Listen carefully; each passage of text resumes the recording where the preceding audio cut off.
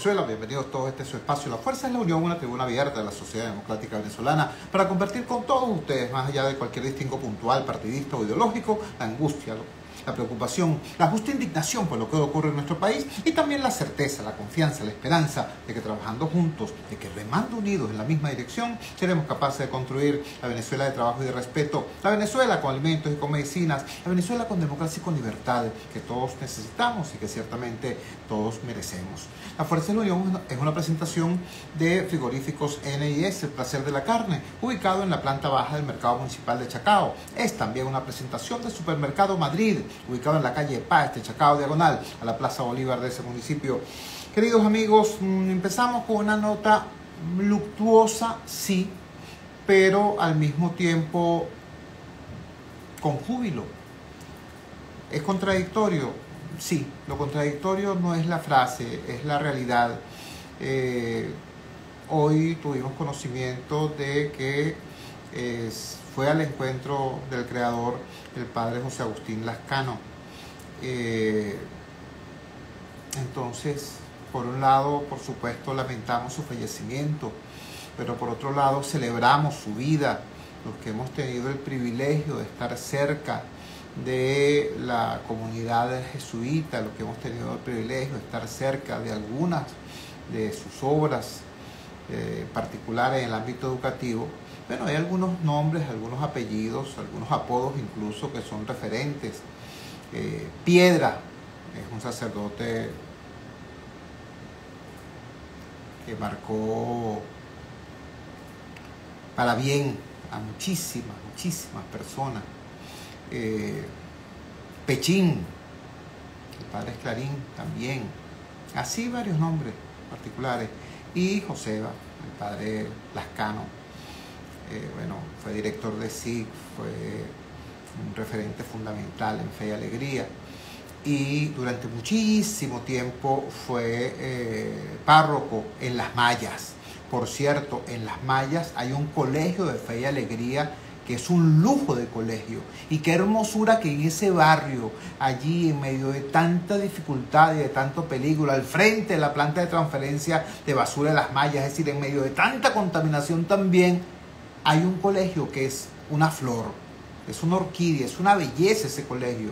Yo he estado allí en varias ocasiones transmitiendo el programa y apoyando a la comunidad en lo que humildemente uno puede. Ayer allí hubo un evento en el Colegio de las Mayas de Fe y Alegría para lanzar la tradicional gran rifa de Fe y Alegría, que en este año se hace bajo el lema de Alianza por la Educación. Entonces, con todos esos motivos, con esos justificadísimos motivos, tenemos en línea a otro referente, otra leyenda del movimiento por la educación popular en Venezuela, que es Luisa Pernalete, la maestra Luisa Pernalete. Luisa, muchísimas gracias por atender nuestra llamada desde el Gigante Rumbos. Muy buenas noches. Hola, buenas noches. Mira, completando lo que tú decías de Joseba Lascano, que era como le decíamos todos, Joseba, ¿no? Joseba. Joseba, bueno, fue realmente una persona muy importante. Él nació en el País Vasco, pero por adopción venezolano, pues, ¿no? No solamente trabajó en Fe y Alegría Venezuela, sino que a solicitud del padre Orbegoso, el jesuita también, fue a Ecuador en un tiempo en donde Fe y Alegría estaba pasando por un momento muy difícil. Y le dijo, ¿por qué me van a llevar a mí? Yo no soy director nunca de cosas así. Pero bueno, de todo modo, aceptó hace unos años y en el Ecuador le tuvieron mucho cariño porque hizo gran trabajo por Fe y Alegría Ecuador también. Entonces, bueno, para mí es una bendición haber conocido a Joseba, cercano, sencillo, trabajador. Estaba impulsando la causa de la beatificación de Patricia y Abraham, pues esta pareja que regaló la primera casa para la primera escuela de Fe y Alegría. Bueno, Joseba era artífice de esa causa, ¿no? Pero bueno, pues yo me siento así como tú, por un lado, pues triste por la muerte de Joseba, pero por otro lado, digamos, dando gracias por haberle conocido y por todo el bien que hizo por la educación venezolana, ¿sí? Así es, así es. Bueno, por cierto, la persona que nos está hablando, la maestra Luisa Pernalete, Yo lo he contado antes y lo reitero ahora. Durante mucho tiempo en mi vida, yo pasaba por Zulia, entonces me decían, se acaba de ir por acá la profesora Pernalete. Nada, ¿dónde apareció? Ahí está en Bolívar. Entonces yo pasaba por Bolívar. No, ya no está aquí. Está en Lara ahora establecida. Entonces uno pasaba por Lara. No, está en Caracas porque está montando el movimiento de madres constructoras de paz. Y bueno, ese es el personaje con el que estamos hablando, nada más y nada menos.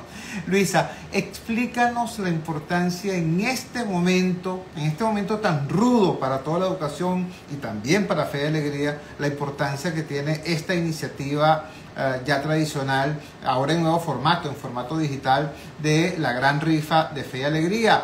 Y háblanos de ese lema, Alianza por la Educación. ¿Alianza con quién? ¿Alianza para qué? ¿Te escuchamos? Sí, mira, de la rifa te voy a decir poca cosa porque me interesa más hablar de la alianza, ¿no? Pero en todo caso, Fe y Alegría nació como una rifa hace 68 años. Fe y Alegría está cumpliendo 68 años aquí en Venezuela, aunque estamos en 23 países, pero nació aquí en Venezuela. Y bueno, pues el padre Vela era visitando con estudiantes de la Universidad Católica, que tenía apenas un año de fundada, y la gente le decía, mire padre, aquí hay muchas necesidades, pero más necesitamos una escuela. Entonces, bueno, él dijo, pues bueno, vamos a hacer la escuela, ¿no? Pero no tenía local ni nada, y fue cuando Abraham y Patricia le regalaron su casa, y con una rifa se hizo con unos saltillos de una de las estudiantes de la Católica, pues se compraron las primeras cosas para esa primera escuela que se hizo hoy en 23 de enero, ¿no? Entonces, bueno, al principio ella no tenía cómo arreglárselas, y entonces el padre comenzó a hacer rifas. Y esta rifa, bueno, cuando yo estaba en primer grado en el Colegio Inmaculada Concepción aquí en Barquisimeto, recuerdo que llegaron a promocionar la rifa. La rifa se vendía gracias a los colegios católicos, ¿no? Y salíamos por todos lados a vender la rifa, ¿no? Hace varios años, con la pandemia, se empezó a hacer digital también, ¿no? Entonces, la cosa no es el muchachito vendiendo su ticket, pero también sigue existiendo la rifa de Fe y Alegría. Entonces, pues colabore con nosotros. Pero para poder seguir manteniendo 177 colegios, 5 colegios universitarios, 23 emisoras de radio, unos 80 centros de capacitación. Bueno, toda esta familia necesita, además de la subvención del ministerio, necesitamos la ayuda de todos los que nos han ayudado durante 68 años, ¿no? ¿Por qué lo de la Alianza por la Educación? Mira, este lema no surgió así porque se nos ocurrió, sino realmente es por lo preocupados que estamos por la educación venezolana.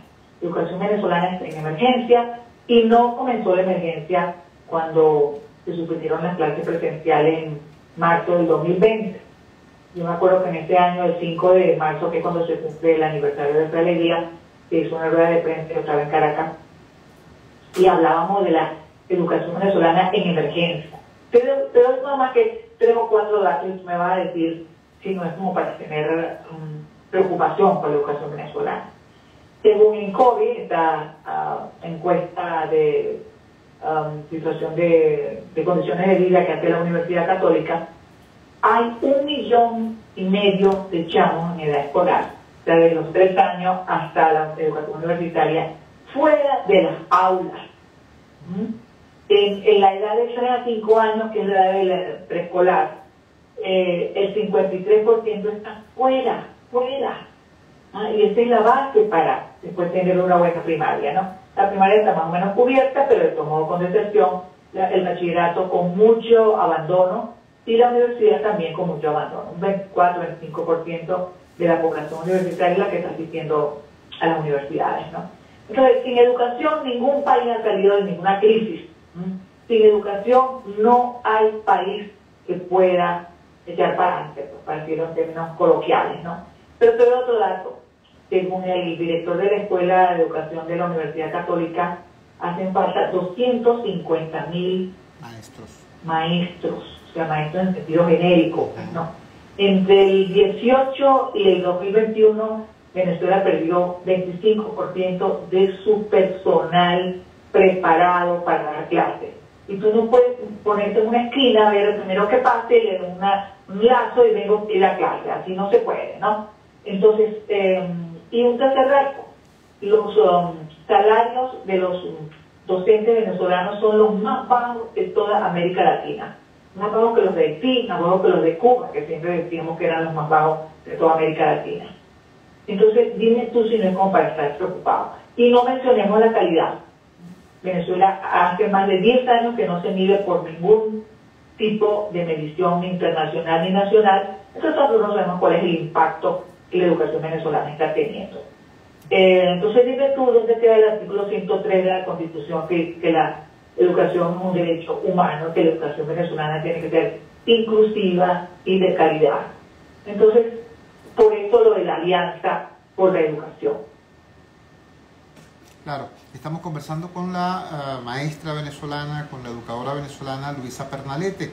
Ella es parte importante del movimiento de educación popular Fe y Alegría y está anunciando el lanzamiento o reiterando lo que ayer se dijo en el lanzamiento de la gran rifa de Fe y Alegría que se produjo en un evento ayer en el Colegio de Fe y Alegría de Las Mayas.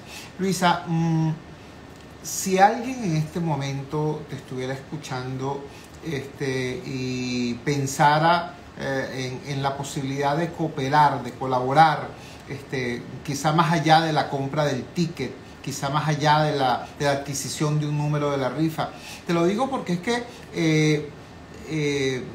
el impacto benefactor de Fe y Alegría, el impacto positivo de Fe y Alegría va muchísimo más allá de la enumeración que la propia Fe y Alegría hace. Por ejemplo, tú nos hablas de las 23 emisoras de radio y es muy importante que existan, pero no se trata simplemente de emisoras que están en el aire transmitiendo información o entretenimiento. Es que existe algo llamado el IRFA, el Instituto Radiofónico Fe y Alegría, que es un instrumento educativo. Les pongo otro ejemplo. Hay escuelas especiales para atender niños con requerimientos especiales que le dan el refuerzo, digamos, en el área de las destrezas, en el área laboral, por así decirlo, los preparan para la vida, pero además pueden hacer su bachillerato convencional gracias a el modelo curricular del IRFA, del Instituto Radiofónico Fe y Alegría. Es decir, hay mucha gente en este país tocada de manera positiva por Fe y Alegría, y alguna de esa gente quisiera saber cómo cooperar. Te lo digo porque cuando hicimos aquí el programa por el aniversario del Instituto Universitario Jesús Obrero, bueno, llovieron llamadas preguntando cómo hacían para asociarse, para apoyar al IUJO. Cuéntanos. No, y falta otro programa que es menos conocido, del cual yo tuve algo que ver cuando nació en el año, no me acuerdo, estaba yo en Maracaibo cuando hicimos los primeros ensayos. Se llamaba CECAL, luego se le puso un nombre de capacitación, que es un programa para muchachos que han abandonado o excluido del bachillerato, para terminar su bachillerato, o que terminaron el bachillerato y no están estudiando, y son cursos cortos, algunos online, otros presenciales, son cursos de 120 horas. Hay muchos jóvenes beneficiándose de ese programa. Es el menos conocido y para mí hoy es de los más pertinentes porque hay muchos muchachos fuera del sistema escolar, ¿no? El de capacitación. Por ejemplo, asistente de farmacia, asistente para arreglar computadoras. A mí este programa me encanta, no porque yo haya sido parte de su nacimiento, ¿no? Mira, hay muchas cosas con las cuales puede colaborar con Fe y Alegría, pero yo quiero subrayar que la Alianza por la Educación no es para salvar a Fe y Alegría, sino es para salvar la educación del país. Entonces, colaborar con nosotros, bueno, mire, hay muchas maneras, además de la rifa, por ejemplo, los empresarios que nos digan que están necesitando como mano de obra especializada para sus empresas, pues esos empresarios los estamos llamando a formar parte de la alianza para que se alineen con nosotros para ayudar a salvar la educación de Fe y Alegría. Las academias, nosotros necesitamos también las academias para investigar, para tener datos. Venezuela es un país que no tiene datos de nada. Fíjate que el Ministerio de Educación desde el año 2016 no presenta memoria y cuenta. Entonces los investigadores a veces no hayamos que hacer para buscar datos oficiales, pues, ¿no? También, por supuesto, los medios de comunicación son muy importantes en esta alianza para tratar la educación y también para difundir no solamente los problemas que son importantes. Cuando yo he trabajado aquí en Barquisimeto, que lanzamos lo de la alianza el mes pasado, tuvimos muy buena asistencia de cámaras, de academias, de organizaciones civiles, y yo daba unos datos muy fuertes. Me decían, pero es que no sabíamos que la cosa estaba tan mal. Pues sí, hay que saber que la cosa está mal. Pero también hay que difundir las buenas prácticas, porque, por ejemplo, cuando yo digo que en la escuela que tiene Fe y Alegría en Margarita, esta escuela me encanta, es la única que tenemos en la isla, en un barrio muy pobre y muy violento, cómo esa escuela ha ido irradiando la educación para la paz, no solamente en el barrio donde está, sino que sirve de ejemplo a escuelas del municipio, los invitan a que vayan los niños y los maestros a hablar de cómo hacen para educar para la paz. Me contaba la directora que el otro día llegó el supervisor y del ministerio, pues, a llevar unos papeles, y dijo, ¿en esta escuela no hay clase? No, claro que hay clase, por eso lo que pasa es que acabamos de tener recreo y están los niños haciendo ejercicio de relajamiento que se hace después del recreo. Y la directora lo llevó a que viera los salones en donde estaban los niños de primaria, porque una escuela solo de primaria, haciendo su ejercicio de relajamiento. Y el supervisor quedó asombrado, porque es un barrio sumamente violento y sin embargo es un oasis, ¿no? Y los niños cuando salen del sexto grado no se quieren ir de la escuela, porque la escuela ya son los sexto grado, no se quieren ir de la escuela, ¿no? Pero bueno, también hay que decir que a pesar de las adversidades, nosotros hemos ido logrando hacer como espacios de paz y de convivencia pacífica y de ciudadanía, a la escuela limpiecita, y lo que tenemos son 2 obreras nada más, ¿no? Es una cosa increíble. Entonces, bueno, también hay que decir que hay una Venezuela posible, ¿no? Y al principio decía, cuando arrancaste el programa, que la fuerza de la unión, yo te digo lo mismo, y que necesitamos entendernos para poder conseguir metas comunes. Lo mismo decimos nosotros con la educación.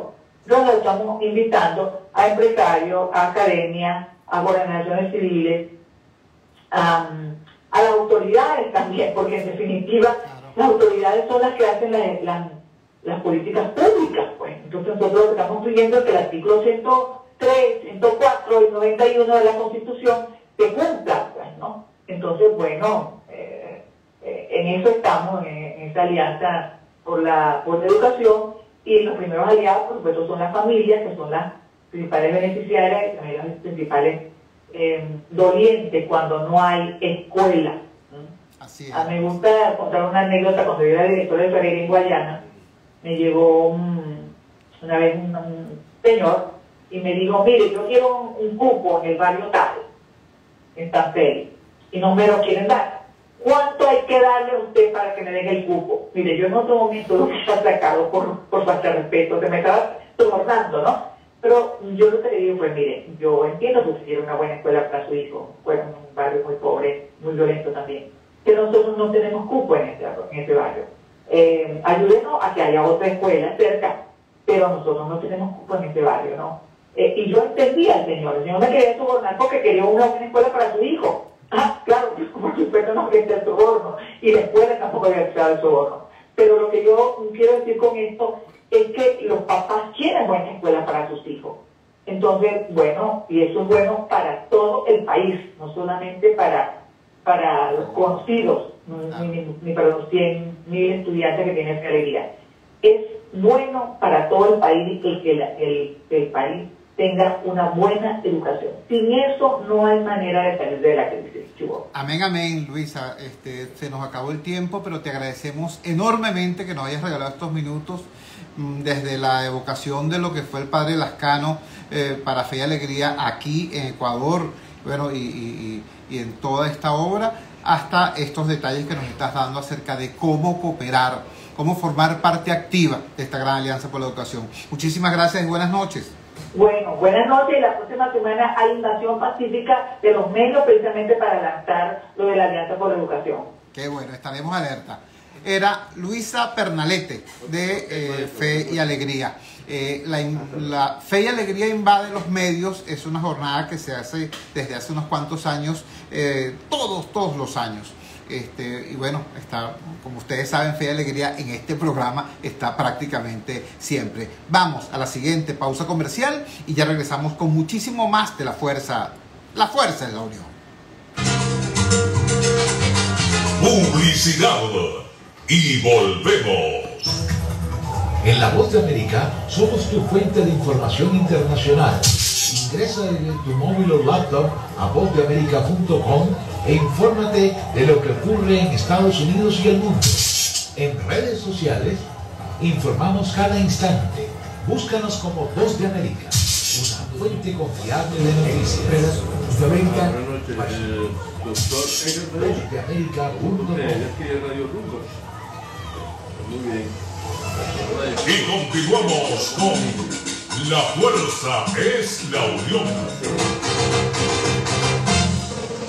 Regresamos a La Fuerza es la Unión. Hablando de Fe y Alegría, nos está reportando sintonía desde el Junquito a través de la red social Facebook, que nos está viendo por Facebook, nuestro amigo Javier Torres. Javier Torres, un dirigente popular, un dirigente comunitario muy importante y es hijo de una gran maestra ya fallecida, una gran maestra de Fe y Alegría. Saludos a Javier y a Luis Moreno, que es también un gran activista social, también nos está siguiendo a través de Facebook, reportando sintonía por Facebook. Tenemos ahora otro tema, un tema muy importante. Ayer, el lunes, sí, ayer, era el día de las luchas campesinas y a propósito de eso hacíamos énfasis en que la comida no nace en los supermercados, la comida nace en el campo. Por eso hay que apoyar a los productores del campo. Bueno, hoy tenemos un tema vinculado con esto, que es la producción pecuaria. El presidente de la Asociación de Ganaderos del Estado Táchira, Edgar Medina, afirmó en rueda de prensa reciente que dentro de la cadena de comercialización de carne en el Estado Táchira existe una mafia que afecta el precio del ganado al productor. Le pagan poco al productor, le cobran caro al consumidor, y la diferencia se esfuma en esas mafias de la cadena de comercialización. Tenemos en línea precisamente al doctor Edgar Medina, presidente de Asogata, la Asociación de Ganaderos del Estado Táchira. Doctor Medina, ¿cómo está usted? Muy buenas noches. Gracias por atender nuestra llamada desde el Gigante Rumbos en Caracas. Por favor, díganos cómo operan esto que usted denomina mafias en la cadena de comercialización. Le escuchamos. Gracias, Chugo, por la oportunidad de irnos a todo el país y en función del trabajo que hemos venido realizando conjuntamente y articulando todo lo que son las cadenas de comercialización de nuestros productos, tanto de la carne como la leche. Nosotros hemos visto que llegamos en un momento cuando hubo las exportaciones de carne de Venezuela a los países del Medio Oriente. Nosotros tuvimos una alta en el precio de la carne, como nosotros la denominamos el pie, que es en la pista, que llegó hasta $2 el kilo de carne que nos estaban pagando. Esto trajo como consecuencia porque, por supuesto, el mercado interno también llegó a elevar los precios al consumidor, que llegaron al precio que están hoy en día. Eso por temas por eso es que denominamos de una marca, pero no en el TAC, a nivel nacional, donde están las grandes cadenas de comercialización de la carne, que son los que quieren colocar el precio. Esto cuando nosotros pudimos exportar las grandes cadenas de comercialización, le pidieron al gobierno nacional que no se podía seguir exportando carne porque el mercado internacional iba a desabastecerse en este sentido. Pero lograron que no se volviera a exportar carne, pero al mismo tiempo empezaron a comprar las grandes cadenas, la carne en Venezuela a los productores, que somos el eslabón, siempre lo hemos dicho, más débil de la cadena porque somos el sector primario, y empezaron a pagarnos, a bajar una caída directa del precio de la carne con respecto a lo que se estaba cobrando. Entonces por eso nosotros empezamos a ver que después de $2 pasó a 1.80, 1.75, 1.60, 1.50, y lo que se decía era que no había consumo en Venezuela. Pero cuando nosotros vamos a buscar los índices que se manejan a través del Ministerio de Agricultura y Tierra vemos que por lo menos en el Táchira, que nosotros hicimos la investigación, se estaban matando las mismas cabezas de ganado que se mataron en el año de la exportación, 20.000, más o menos 20.000 promedio en los últimos 6 meses. Entonces, si hay un abollo, como nosotros lo denominamos, porque no hay la oferta para la demanda que tiene el pueblo, entonces ¿cómo es posible que se siga matando las mismas veces, pero que esté bajando a nivel del productor el kilo de carne, pero no le baje al consumidor?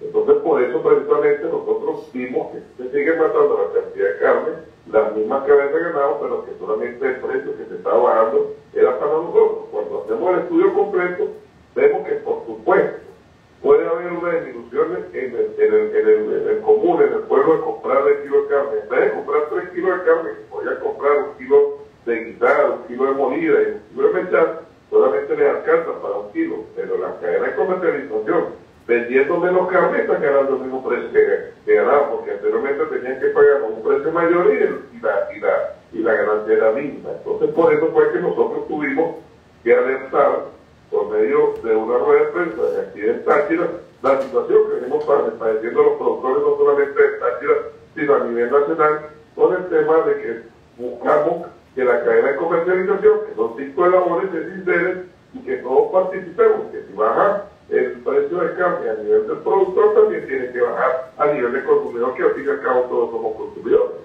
Es así, estamos conversando con Edgar Medina, el doctor Edgar Medina, que es presidente de la Asociación de Ganaderos del Estado Táchira, una zona extremadamente importante por su producción no solamente de carne, sino de leche también y de queso. Doctor Medina, aprovecho este contacto para consultarle sobre un tema. Estuvo circulando en los estados del centro del país un rumor sobre un aparente brote de brucelosis que podría estar afectando parte de los despachos que van al consumo. Eso a nosotros nos llamó mucho la atención porque nadie se hacía responsable de esa versión. Era el típico mensaje para crear ansiedad, zozobra, angustia.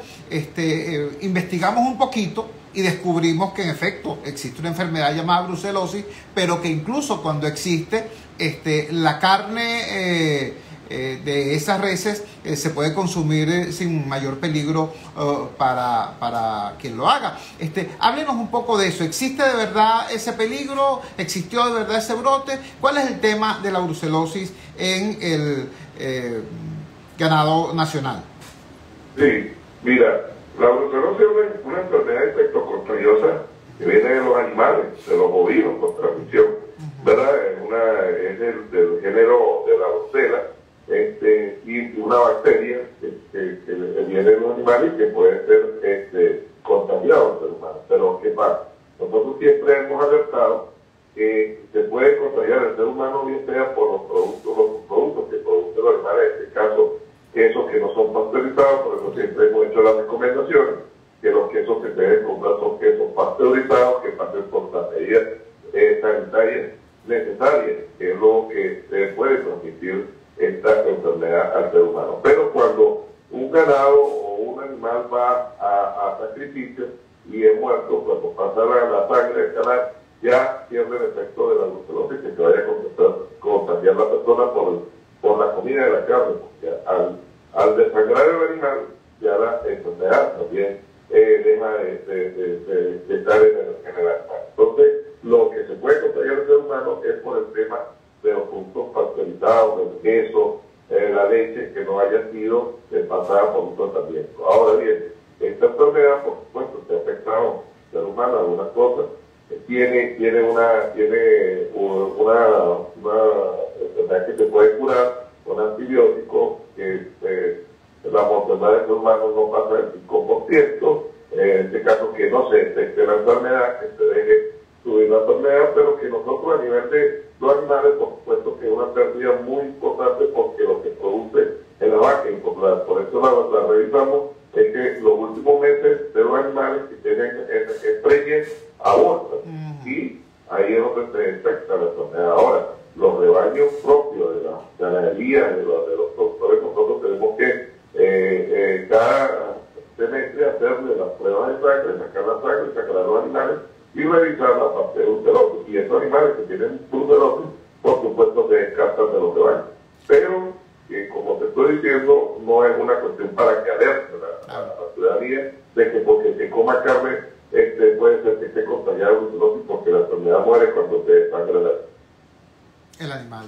Estamos conversando, repito, para quienes se incorporan recién a la transmisión, con el doctor Edgar Medina. Finalmente, doctor Medina, en relación a este tema, al tema que inicialmente abordamos, el tema de la cadena de comercialización y cómo desafortunadamente se están afectando los dos extremos de la cadena, es decir, el productor, el ente primario, el productor y el consumidor. ¿De qué esfuerzos se han hecho? Ustedes hicieron una rueda de prensa, hicieron un llamado público. ¿Ha habido respuesta institucional frente a eso?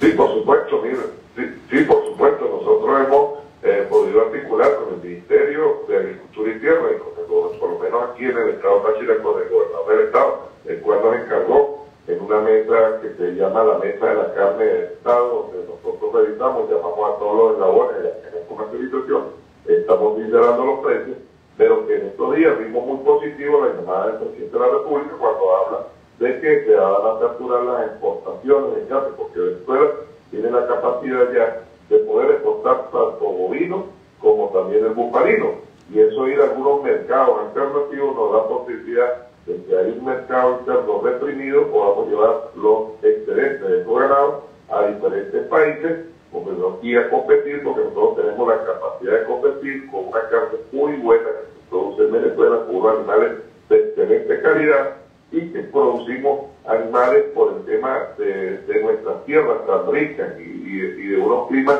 importantes, lo que gozamos los venezolanos, podemos producir carne a menor precio que países vecinos como Brasil, como Colombia, que por su trópico y por sus diferentes situaciones climáticas no tienen la capacidad de producir los 2 meses del año como producimos nosotros en extensiones de tierra y en áreas bastante abiertas. Doctor Medina, le agradecemos altamente que nos haya regalado estos minutos y bueno, esta humilde ventana está a su orden para procesar e informar sobre todos estos temas. Un gran abrazo y buenas noches.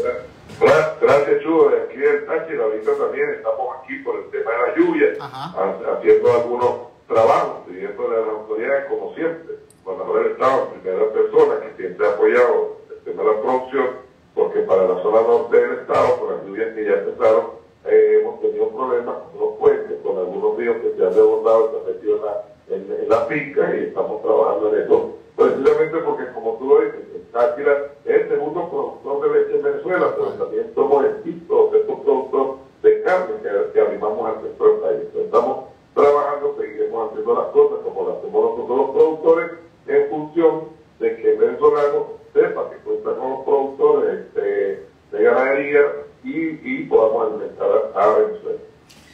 Muchísimas gracias. Buenas noches. Era Edgar Medina, presidente de la Asociación de Ganaderos del Estado Táchira, Asogata, informándonos sobre esos 3 temas que son relevantes para nosotros. El tema de las interferencias en la cadena de comercialización, le pagan poco al productor, le cobran bastante al consumidor, y en el medio hay gente que se beneficia. Está bien que se beneficie toda la cadena, pero cuando unos beneficios son mayores que otros hay desequilibrio. Nos hablaba del tema de la brucelosis y decía, en efecto, es una enfermedad, funciona así, asado, pero nadie se intoxica por comer carne de un animal que haya tenido brucelosis.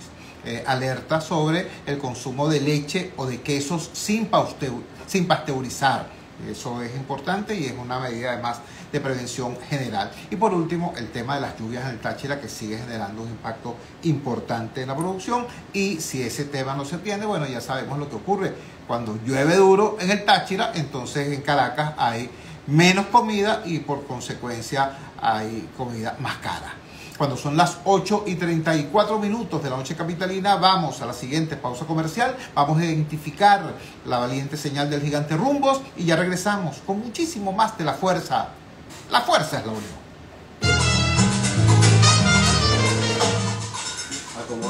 Ya regresamos con La Fuerza es la unión. Publicidad. Atención, mucha atención.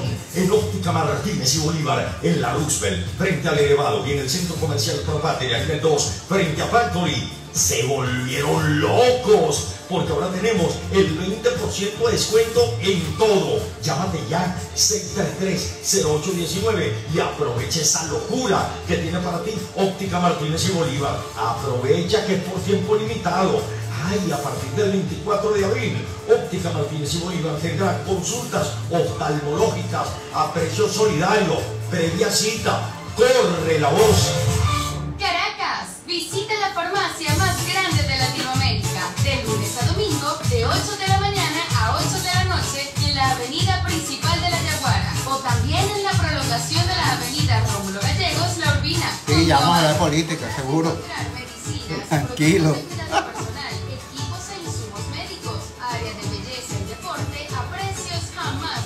Buenas noches, el señor Juan Carlos Fernández. Ella tiene Doña Brito, programa de Estudio Cordial. Llega a todas Bien, partes. lo pongo en inicio. Ya vamos a hablar de política. Ya. 670 AM. Gigante. Publicidad. Y volvemos. Ingresa desde tu móvil o laptop a vozdeamerica.com e infórmate de lo que ocurre en Estados Unidos y el mundo. La secretaria del Tesoro de Estados Unidos, Janet Yellen, aseguró de Martín Rodríguez, Voz de América. En redes sociales informamos a cada instante. Desde la Casa Blanca reporta Jorge Agobián, de la Voz de América. Búscanos como Voz de América, una fuente confiable de noticias. El comunicador popular, Chuo Torrealba, en La Fuerza es la Unión. Regresamos a La Fuerza es la Unión. Y bueno, ahora nos vamos a meter con el tema político. Quiero felicitar públicamente, así como lo hice ayer con el amigo Ecarri, lo hago hoy con un político, un dirigente político, un relevante dirigente político del estado Zulia. Él es el jefe regional de Fuerza Vecinal en el estado Zulia, pronunciándose de manera clara e inequívoca sobre el tema de la corrupción. Yo lo dije ayer y lo dije con preocupación, no con gusto. A mí, así como yo apoyo claramente todo lo que sea la lucha contra la corrupción y contra los corruptos, también me preocupa, por un lado, la debilidad institucional de esto que está haciendo el gobierno. Es decir, es una cruzada del Ejecutivo Nacional a través de un órgano ad hoc llamado Policía Anticorrupción, pero la institucionalidad republicana, Contraloría, Procuraduría, Asamblea Nacional, el otro, bueno, mira, o no están o llegaron tarde a esa lucha, por un lado. Y por otro lado, tengo que decirlo también, a mí me preocupa y lamento el silencio escandaloso de muchos actores de oposición que generalmente, bueno, hablan mucho de todo, pero ahorita están muy callados. Por eso celebro esta declaración de Juan Carlos Fernández desde el Zulia. Dice: nos gustaría ver preso a todo el que se metió en ese guiso, sea de gobierno o de oposición. Pero ¿por qué no han exhibido con Braga Naranja, Tarek El Alzaimi y Asdrúbal Chávez, unos ministros de Energía y otro presidente de PDVSA? Es que con mi corrupto no se metan. Esto lo dijo Juan Carlos Fernández. Y lo tenemos en línea en este momento. Juan Carlos, gracias por atender nuestra llamada desde el Gigante Rumbos. Muy buenas noches. Expon con más amplitud para la audiencia del Gigante Rumbos cuál es tu posición frente a esta situación que se ha desarrollado y que ya cumple un mes y un día, la supuesta cruzada anticorrupción. Te escuchamos. Chulo, buenas noches a toda tu audiencia en el país y en el planeta, porque sé que te escucha la gente por las redes sociales. En primer lugar, colocar nuestra posición. Nuestra lucha es invariable contra la corrupción. Invariable. Ahora, ¿cuál es el problema? En Venezuela se acabó la institucionalidad. En Venezuela, aquí todos somos culpables o somos inocentes según declaren los jueces de turno. Los jueces de turno son Diosdado Cabello y Jorge Rodríguez. no es un tribunal, no es una defensa a la cual tiene derecho cualquier persona que vaya prisionero. Es una exhibición, es un show, mostrar a unos señores presumiendo una cosa horrorosa, que se presume la culpabilidad invirtiendo la carga de la prueba, porque en el derecho venezolano y en el derecho positivo la inocencia se presume y la mala hay que probarla. Entonces, desgracia para cualquiera que Jorge Rodríguez hoy lo mire, lo señale, porque él es el juez, el gran mandón de turno. Eso no puede ocurrir en un país. Eso es una cosa ilógica. Cuando yo revisaba hoy el tema de las fechas en las cuales ocurrieron estos guisos que se hicieron en Venezuela, que nos han costado no sabemos qué cifras. Chicos, quien estaba en petróleo de Venezuela era Aníbal Chávez, primo de Hugo Chávez. ¿Dónde está ese señor? ¿Lo exhibieron con la franela naranja, con la braga naranja? No. ¿Dónde está Tarek El Aizami? Lo metieron preso, está investigado, está en algún sitio en manos de los interrogadores, del fiscal. No.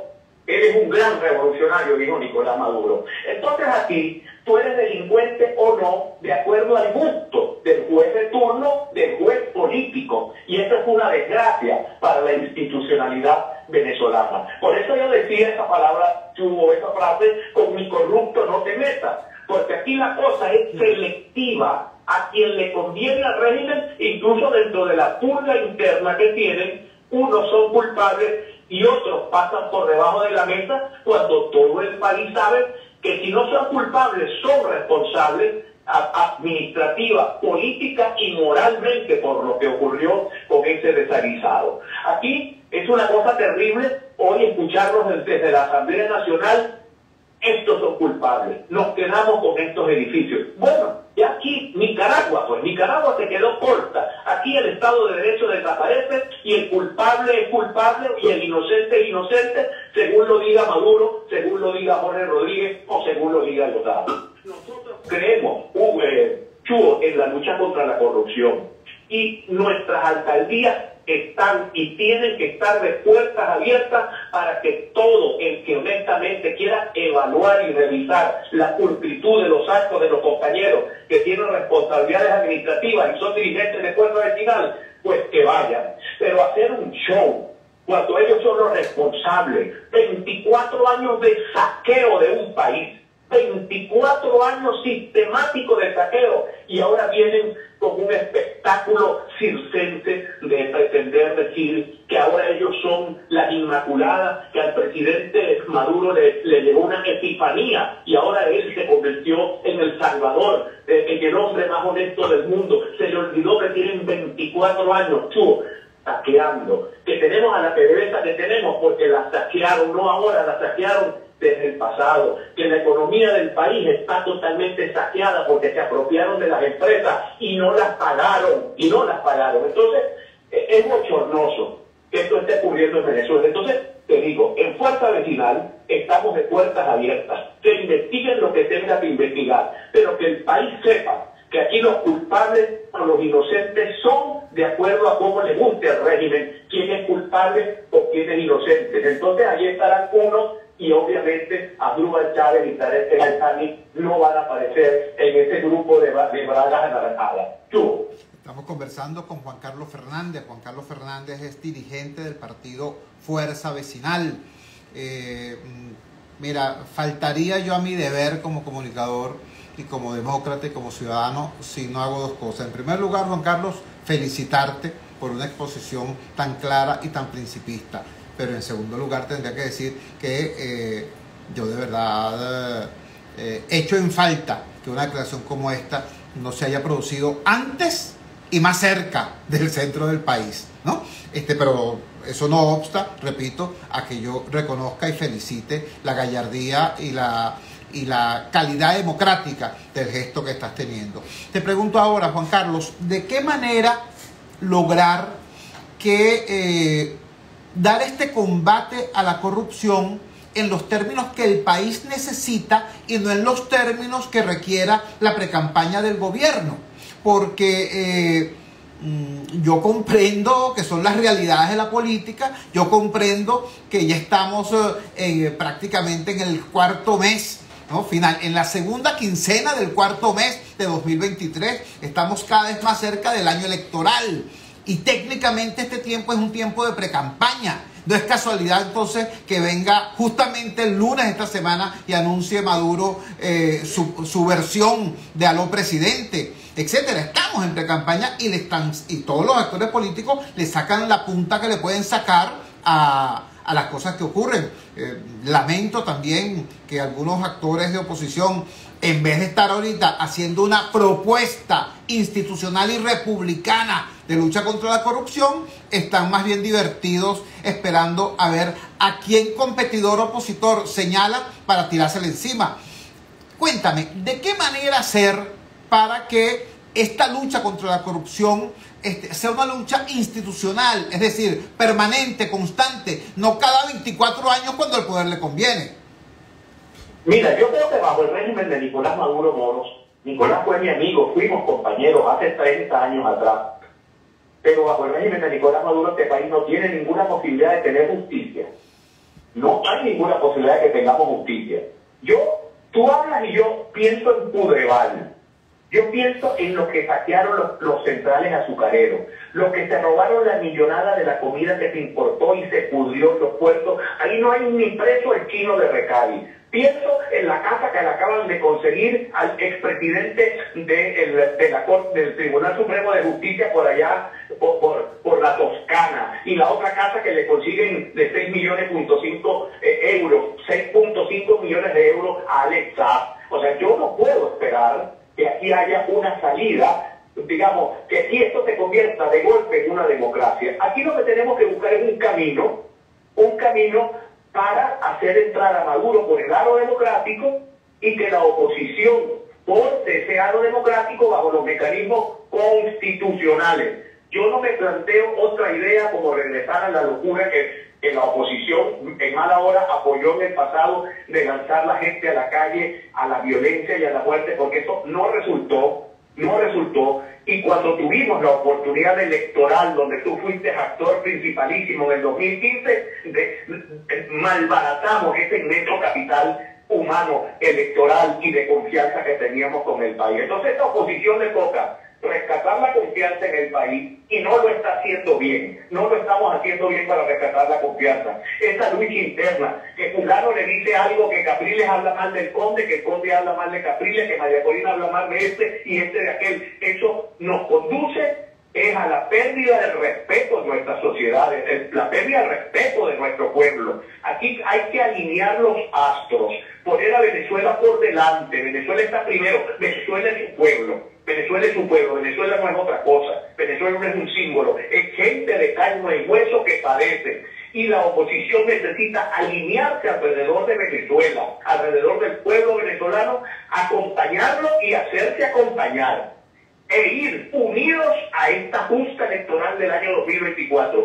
que la podemos ganar en tan buenas condiciones como ganamos en el 2015, pero bajo el actual manejo que se está haciendo del problema electoral opositor, lo veo difícil. Tendríamos que nosotros presionar desde las regiones, desde donde nos toque, desde la periferia, el centro del centro de la periferia, para lograr que la oposición venezolana asuma los pantalones largos que hoy tiene que asumir para conducir una salida transicional al problema venezolano,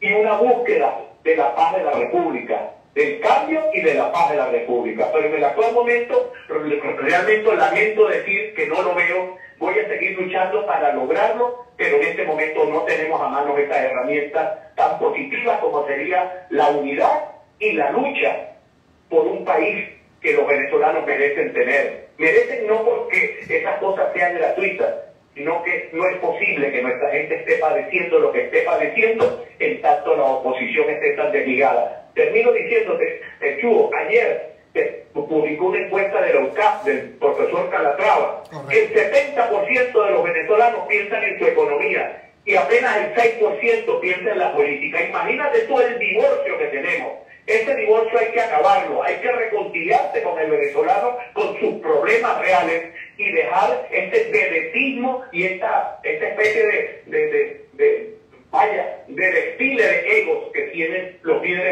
es y que toquen cable a tierra y miren al país, que lo escuchen, abracen al venezolano y salgan a buscar salida junto a los venezolanos. Juan Carlos, mira, yo sé que tú prácticamente todos los días estás haciendo recorridos y actividades, incluso en la noche en Maracaibo, y por eso imagino que puedes estar ocupado ahora, pero te voy a rogar un favor. Tenemos que hacer un corte comercial. Por favor, espéranos en línea, porque acabas de tocar un punto que es clave. Las elecciones de los años 24 y 25, claro que es posible ganarlas, pero es posible ganarla en otro esquema distinto al que está planteado hoy. Aquí hace algún tiempo se dijo, no, bueno, la solución mágica son las primarias. Y resulta que en este momento, yo tomo una frase del padre Luis Ugalde. El padre Ugalde dice, el éxito de la primaria está en lograr una candidatura que una a los chavistas y a los antichavistas. Yo estoy de acuerdo en eso. Lo que pasa es que en este momento el proceso de primaria no ha logrado unir ni siquiera a los adeptos de Bernabé con los adeptos de Henry Ramos. Es decir, este proceso es un proceso que expresa no el ansia de unidad del pueblo venezolano, sino las divisiones que existen en la política partidista. Acabas de referir el estudio del profesor Calatrava, y cuando uno lo lee con cuidado te das cuenta que la conclusión lógica que se saca cuando uno lee ese estudio es que la primaria, tal y como está diseñada, es prácticamente un suicidio. El estudio dice que, por ejemplo, los candidatos que tienen más puntaje son los candidatos cuyos apoyos son menos seguros o están menos seguros de participar finalmente en la primaria del 22 de octubre, si se diera efectivamente en esa fecha. Y son los que tienen menos certeza de votar al final por la candidatura que salga electa, si no es su candidato el que es elegido. Es decir, todo un tema bien delicado. Al retorno de la pausa comercial, quisiera que me hablaras de eso, del tema de las primarias y del tema también de la conferencia convocada por el presidente Petro a propósito de la democracia venezolana. Vamos al corte y ya regresamos y seguimos conversando con Juan Carlos Fernández, dirigente de Fuerza Vecinal.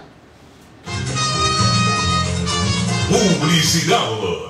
Y volvemos. Conéctate con la Voz de América desde tu móvil o en tu laptop. Escribe vozdeamerica.com y entra a un mundo de información. Vozdeamerica.com. Somos tu fuente de información internacional. Vozdeamerica.com. Un mundo de información y una fuente confiable de noticias. Ángela González, Voz de América, Nueva York. José Parralete, Voz de América, Miami. Vozdeamerica.com. Voy a investigar eso. Y continuamos con La Fuerza es la Unión. En línea, Juan Carlos Fernández, dirigente de Fuerza Vecinal desde el estado Zulia. Háblanos de la primaria. ¿Sigue siendo un camino para construir esa unidad de la cual estabas hablando, o habría que replantearse todo ante este nuevo momento que vive la política venezolana?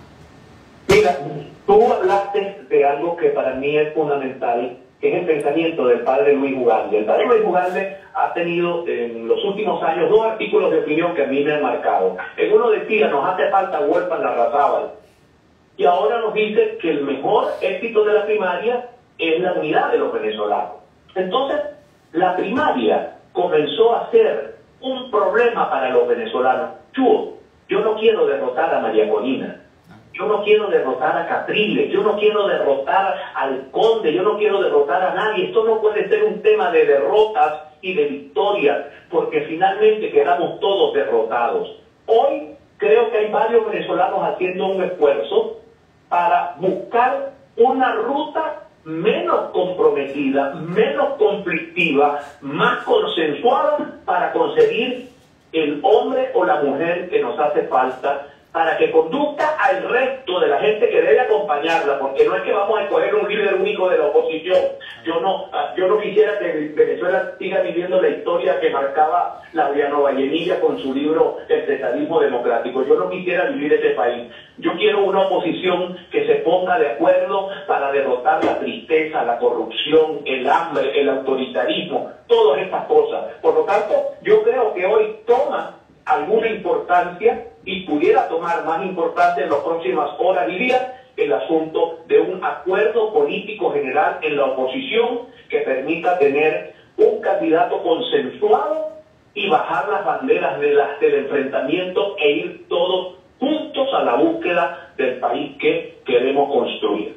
Ahora, me planteaste el tema de lo dicho por el presidente Petro. Hoy leía con detenimiento las declaraciones del embajador colombiano. Aquí están sucediendo cosas. Si este embajador dice la verdad, si no es un mentiroso, aquí hay acuerdos políticos que están en camino, aquí hay cosas que vienen avanzando entre el gobierno de Nicolás Maduro y el gobierno de los Estados Unidos de América. Y si esa puerta que abrió Petro permite que logremos unos acuerdos para atender los problemas de los venezolanos y luego para ir a un proceso electoral legítimo, yo creo que bien vale la pena explorar.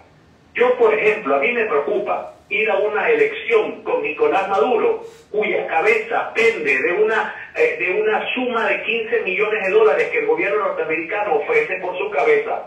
¿Quién va a entregar el poder cuando tiene esa hacha en el cuello, esa espada de Damocles en el cuello? O sea, tenemos que buscar un acuerdo que le baje el costo de salida a Maduro, que le baje el costo de salida a los sectores que no están comprometidos con la violación de los derechos humanos y con la profunda corrupción.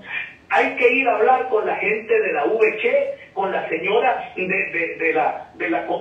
Consejo Comunal. Esos son pobres, no tienen electricidad, no tienen agua, no tienen empleo. Por Dios, una oposición inteligente tiene que unir a ese 70%, porque tú ves las cifras, los opositores nos estamos peleando entre nosotros el 17% de los electores. El 70% del país quiere un cambio, quiere que nosotros le mostremos una salida, no quieren una pelea, una matazón entre nosotros. Entonces, insisto, ojalá y la propuesta del presidente Petro, escoba nueva, barre 2 veces, vamos a ver qué tanto vale Petro y qué tan honestos son sus planteamientos, pero bueno, no puedo suponer que no es honesto y quisiera que fuera exitoso, que Lula, que Petro, que Boric, que los presidentes progresistas latinoamericanos le digan a Maduro, hermano, entre por el aro, pero también que le digan al presidente norteamericano, ya está bueno ya de seguir presionando una cosa que fracasó y que no nos condujo a ningún lado. Entonces yo creo que se abren rutas, Chugo. Se abre una ruta de buscar un consenso entre la oposición y se abre una ruta de una salida política en un negocio, en una negociación que pueda darse en Bogotá en las próximas horas. Apostemos a eso, impulsemos eso, no nos rindamos. Aquí nadie se va a rendir, nadie va a bajar sus banderas, pero hay que buscar una ruta que nos permita salir de este grave problema. Amén, amén, Juan Carlos, pero también es verdad que, cierto, se abren esas posibilidades, pero la ventana de oportunidad es finita. Es decir, el año que viene es 2024 para Venezuela, pero también lo es para Estados Unidos, y en Estados Unidos va a haber una confrontación muy dura, muy ruda, que pudiera no ser beneficiosa para la relación de ese país y de los políticos de ese país con nuestras realidades latinoamericanas y concretamente con el abordaje del tema venezolano. ¿Qué crees a propósito de eso? Estoy de acuerdo contigo. Me daría lástima que Venezuela fuese un objeto de la subasta electoral norteamericana, como fuimos un objeto de la subasta electoral norteamericana en el pasado. Que los sectores ultrarradicales de Miami le impongan al gobierno norteamericano una línea contraria a una salida que le beneficie al pueblo venezolano. Que los intereses electorales ni de Biden ni de Trump pongan a este país en juego como si fuésemos una subasta. A ver quién aprieta más duro. El que apriete más duro a los venezolanos va a ganar mejor los votos. Ojalá y la oposición venezolana entienda que los tiempos se acortan para que no volvamos a ser objeto de subasta de la política norteamericana interna como ocurrió en el pasado. Juan Carlos, extraordinariamente claro tu planteamiento y mira, te felicito. Ojalá tuviéramos voceros con esa valentía con más frecuencia por acá. Un gran abrazo y buenas noches. Un abrazo para ti. Juan Carlos Fernández, dirigente del partido Fuerza Vecinal, en vivo, en directo, desde Maracaibo, Estado Zulia, diciendo sus verdades. Sobre el tema de la corrupción, dice, las alcaldías de Fuerza Vecinal tienen que estar abiertas. Todo el que quiera escrutar, que escrute. Todo el que quiere investigar, que investigue. Pero el gobierno tiene que también echar cuento cómo es. ¿Cómo es eso que ponen preso a todo el equipo de Tarek El Al-Zaimi? ¿Y dónde está Tarek El Al-Zaimi? Son palabras de Juan Carlos Fernández. Palabras que me parecen importantes en un político y un político de ese partido en un momento como este. Y bueno, con consideraciones muy importantes sobre lo que está ocurriendo con el tema de las primarias. Dice, bueno, ¿qué es eso de que, bueno, serrucho para María Corina y serrucho para Capriles y serrucho para el Conde y serrucho para el otro? Es que no se dan cuenta que todos están en el mismo barco y si le siguen metiendo serrucho se van a hundir todos. Que una competencia entre la oposición no es lo que este país en crisis necesita hoy. Este país necesita de la oposición una propuesta, una estrategia, un camino, un equipo y un candidato. No una pelea entre ellos, hermano. O sea, 4 dedos de frente. Pero hay gente que no quiere ser presidente, que lo que quieren es ser candidatos. Y bueno, vamos a ver qué termina ocurriendo en ese sentido. Cuando son las 9:01 de la noche nos despedimos. Trabajamos para ustedes en la presidencia del Gigante Rumbo, la doctora Elsa Siciliano. Al frente de los controles estuvo como de costumbre el mago Ángel Villalobos. Habló para ustedes su amigo, comunicador popular, activista social, ciudadano en lucha por la dignidad y por la democracia, Jesús Chuo Torrealba. Ahora más que nunca, fuerza Venezuela, porque la fuerza es la unión. La fuerza de la unión fue una presentación de Frigoríficos N&S, el placer de la carne, ubicado en la planta baja del mercado municipal de Chacao. Es también una presentación de Supermercado Madrid, ubicado en la calle Paz de Chacao, diagonal a la Plaza Bolívar de ese municipio. Nos encontramos el jueves, mañana es 19 de abril, mañana estamos de asueto. Nos encontramos el jueves a las 8 de la noche en la valiente señal del Gigante Rumbos, si Dios quiere. Chuo Torrealba en la